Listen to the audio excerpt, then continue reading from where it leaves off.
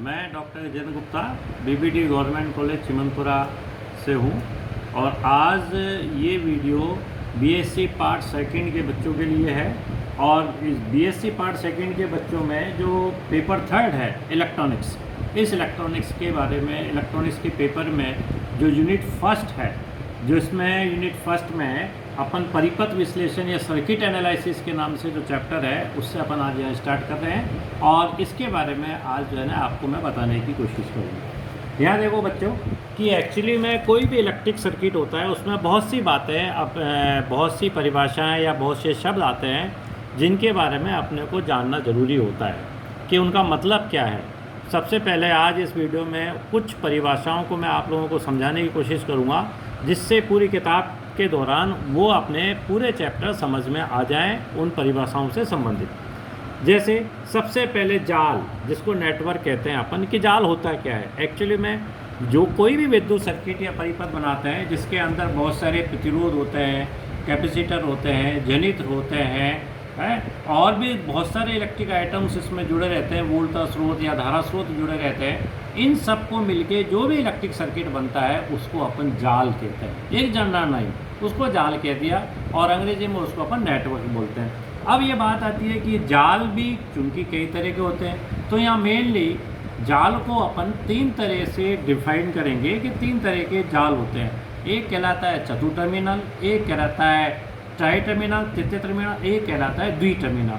तो यहाँ जैसे मैंने बताया है कि अगर ये ऐसा कोई जाल है, इस जाल में अगर चार टर्मिनल इंडिपेंडेंट है, जैसे 1 1 2 2, तो ये चतुर टर्मिनल 4 टर्मिनल नेटवर्क कहलाता है। अगर इनमें से दो जो ये टर्मिनल किसी वजह से आपस में जुड़ गए हैं और स्वतंत्र रूप से केवल अपने पास तीन टर्मिनल हैं, 1 2 और ये 3, या 1 2 ये 3, तो कोई से भी तीन टर्मिनल मान सकते हैं। इसको अपन 3 टर्मिनल नेटवर्क कहते हैं। एक होता है अपने पास 2 टर्मिनल, मतलब 2 टर्मिनल को अपन ने जोड़ दिया तो ये तो टर्मिनल नहीं रहे, अब 2 टर्मिनल रहे अपने पास 1 और 2, तो इसको अपन 2 टर्मिनल नेटवर्क के नाम से अपन जानते हैं। तो इस तरह से जाल को 3 कैटेगरी में डिफाइन किया गया। ये तो उसकी कैटेगरी हो गई। और दूसरा कि जाल भी एक्चुअली में हर कैटेगरी के अंदर जाल को अपन सक्रिय जाल या निष्क्रिय जाल 2 भागों में बांट सकते हैं। अब आप कहोगे कि भाई सक्रिय जाल का क्या मतलब है। सक्रिय जाल का मतलब एक्टिव नेटवर्क। एक्टिव नेटवर्क क्या होता है? ऐसा जाल जिसमें कोई धारा स्रोत या वोल्टेज स्रोत जुड़ा हुआ रहता है, उपस्थित रहता है, उसको अपन सक्रिय जाल कहते हैं। और जिसमें नहीं रहता है उसको अपन निष्क्रिय या पैसिव नेटवर्क के नाम से अपन जानते हैं। ये तो जाल के बारे में या नेटवर्क के बारे में हुआ। फिर स्रोत। अब अपन ने देखा है कि भाई स्रोत जो धारा लेते हैं वो धारा स्रोत कहलाता है, जो जिससे वोल्टा लेते हैं अपन वो वोल्टा स्रोत लेते हैं। तो कहने का मतलब ये हुआ कि स्रोत 2 तरह से हुए थे। स्रोत जो है बेटा 2 तरह से होते हैं। एक होता है वोल्टा स्रोत, एक होता है धारा स्रोत।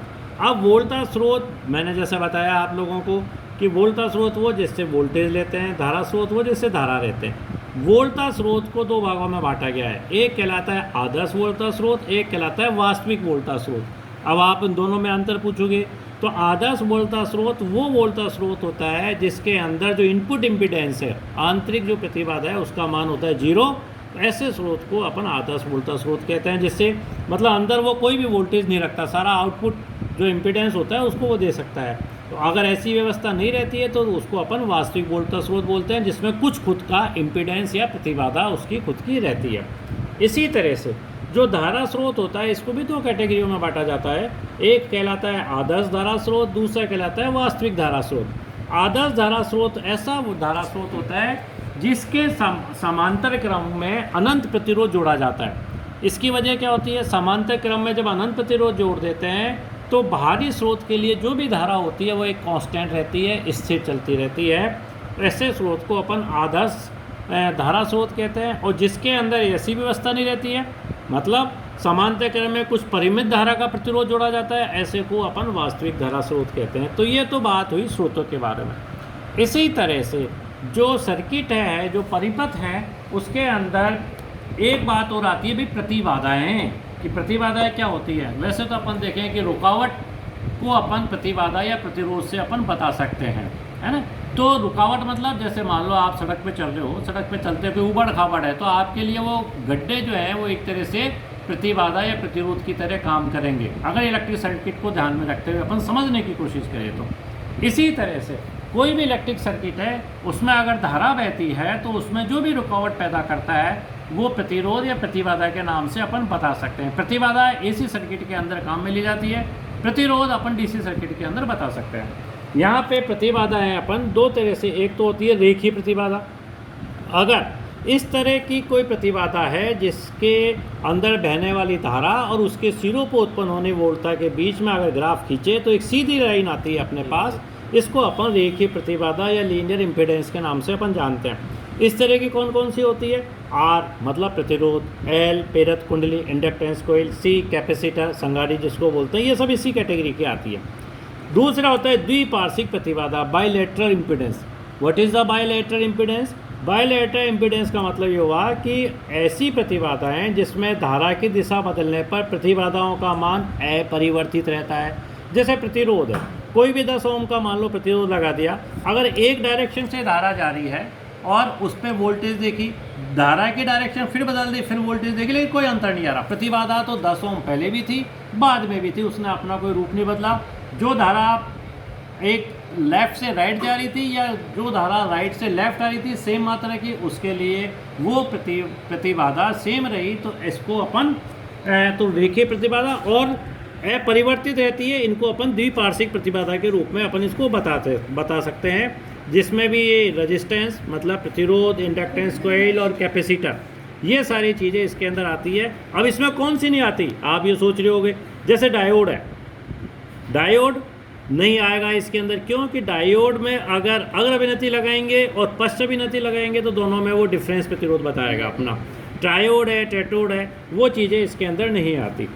इसी तरह से ये तो हुई प्रतिबाधा है। फिर आता है शाखा, ब्रांच।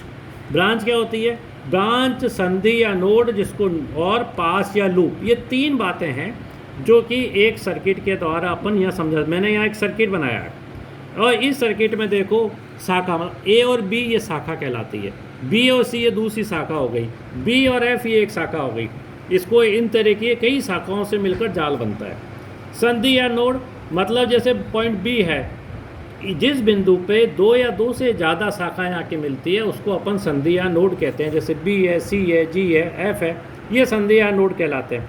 पास या लूप, पास या लूप का मतलब एक कंप्लीट सर्किट, जैसे ए बी एफ ई ए, ये एक पास कहलाएगा। इसी तरह B C ji F A, जहाँ से चालू हुआ वहीं आके ख़त्म हो गया, इसको लूप या पास कहते हैं। तो ये कुछ परिभाषाएं थी।